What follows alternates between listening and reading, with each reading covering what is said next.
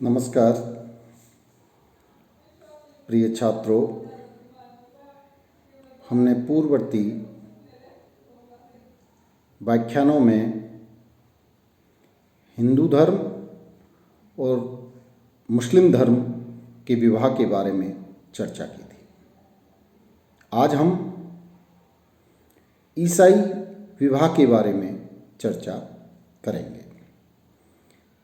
ईसाइयों ने अपने व्यवहारिक सिद्धांतों, विशेषतः मानवतावादी दृष्टिकोण तथा समानता एवं बंधुत्व के विचारों के कारण भारतीय समाज में एक विशिष्ट स्थान बना लिया है। यद्यपि देश की कुल जनसंख्या में इनका प्रतिशत लगभग 2.3 है, परंतु फिर भी इन्होंने अपने उदारवादी विचारों से भारतीय जनजीवन को प्रभावित किया है। ईसाई धर्म बुद्धवाद के काफ़ी निकट है। ईसाइयों के जीवन में धर्म एक महत्वपूर्ण विशेषता रही है। यही कारण है कि ईसाई धर्म का उनकी विवाह संस्था और परिवार पर स्पष्ट प्रभाव दिखाई पड़ता है।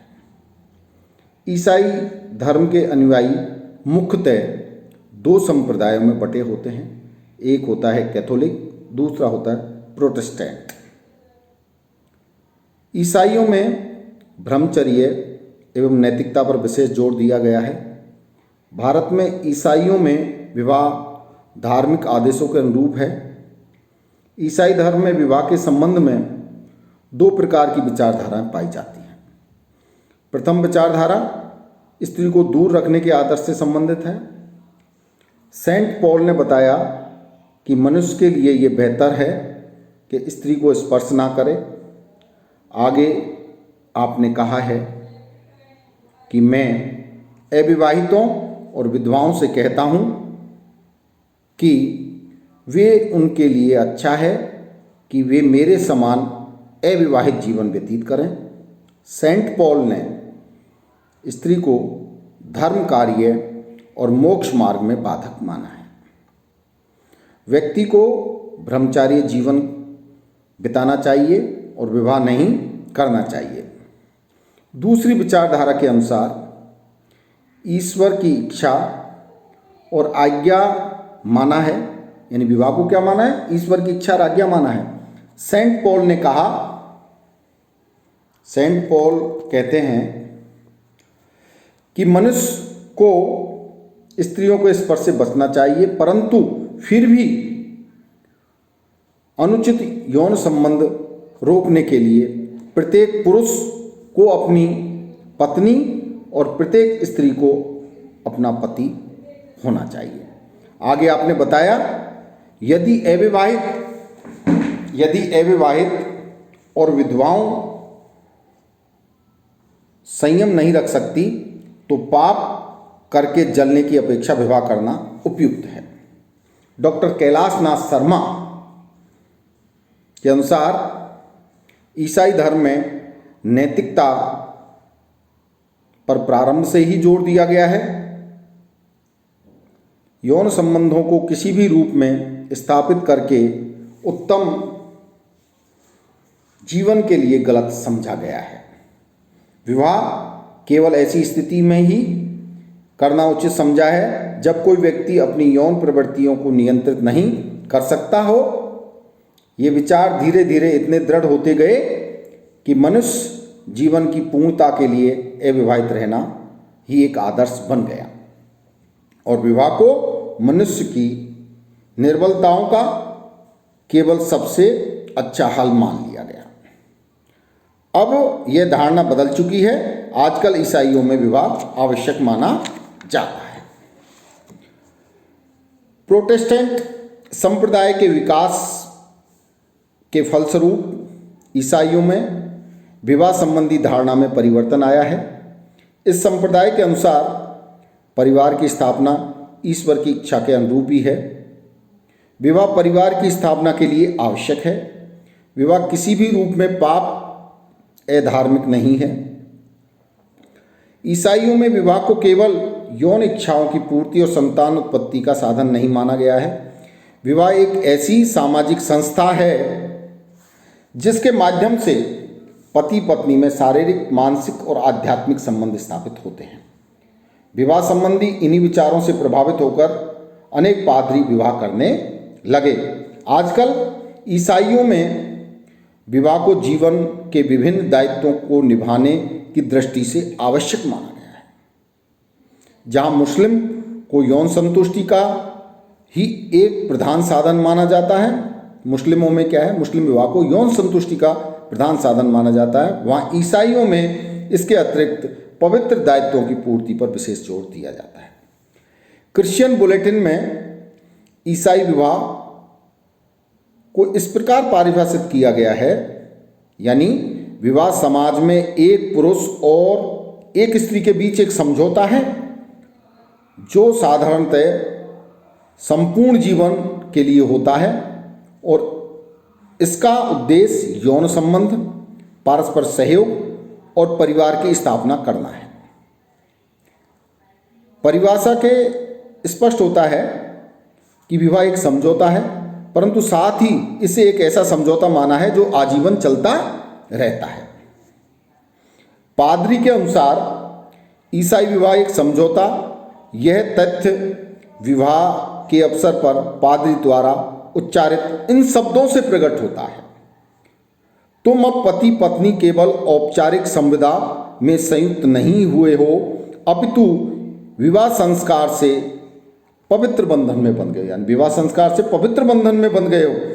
ईसाई बुलेटिन में एक अन्य जगह भी लिखा है, ईसाई चर्च में सदैव यह विचार रहा है कि सार्वभौमिक विवाह संस्था का मानव जीवन के लिए ईश्वरीय उद्देश्य में केंद्रीय स्थान है।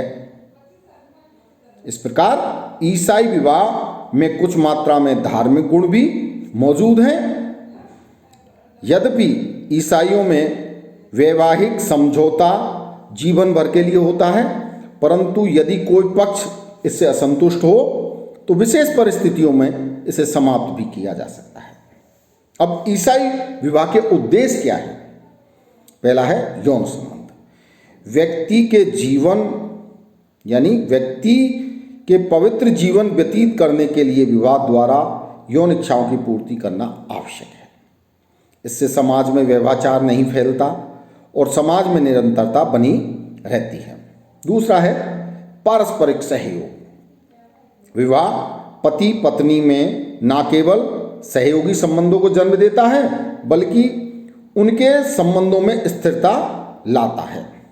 उन्हें एक दूसरे के प्रति प्रेम, त्याग, सहयोग और सहानुभूति व्यक्त करने का एक अवसर प्रदान करता है।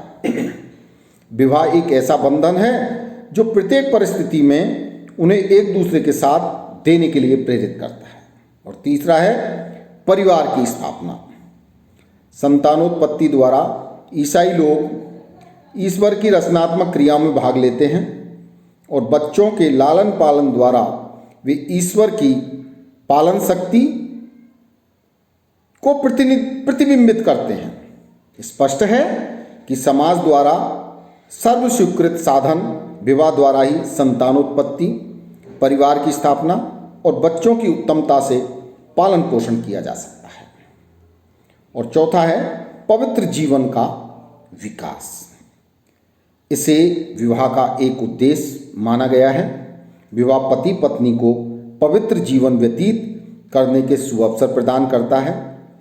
उत्तर भारत संयुक्त चर्च के संविधान में बतलाया गया है कि विवाह एक पवित्र व्यवस्था है जो ईश्वर द्वारा स्थापित है और इसलिए यह अपने प्राकृतिक क्रम में पाया जाता है। विवाह संबंध को ईसा एवं चर्च के अलौकिक संबंधों का प्रतीक माना गया है। अब हम ईसाइयों में विवाह के प्रकार की चर्चा करेंगे। ईसाइयों में विवाह पति पत्नी के बीच एक स्थायी समझौता है जिसे इच्छानुसार भंग नहीं किया जा सकता।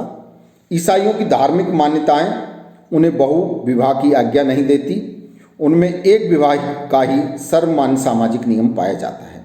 एक पुरुष और एक स्त्री को वैवाहिक जीवन के सच्चे साथी के रूप में स्वीकार किया गया है। मुसलमानों में विवाह मुता विवाह जैसे किसी अस्थायी विवाह का प्रचलन ईसाइयों में नहीं है।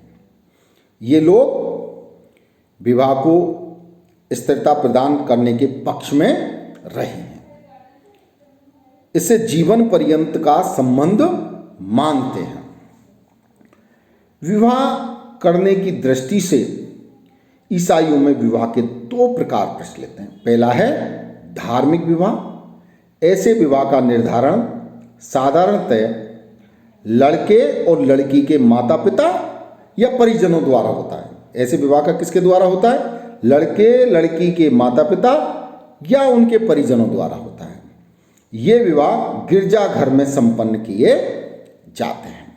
और दूसरा जो विवाह होता है सिविल मैरिज, यानी सिविल मैरिज ऐसे विवाह में लड़के लड़की मैरिज रजिस्ट्रार के कार्यालय में उपस्थित होकर उनको आवश्यक कानूनी कार्रवाई करनी पड़ती है।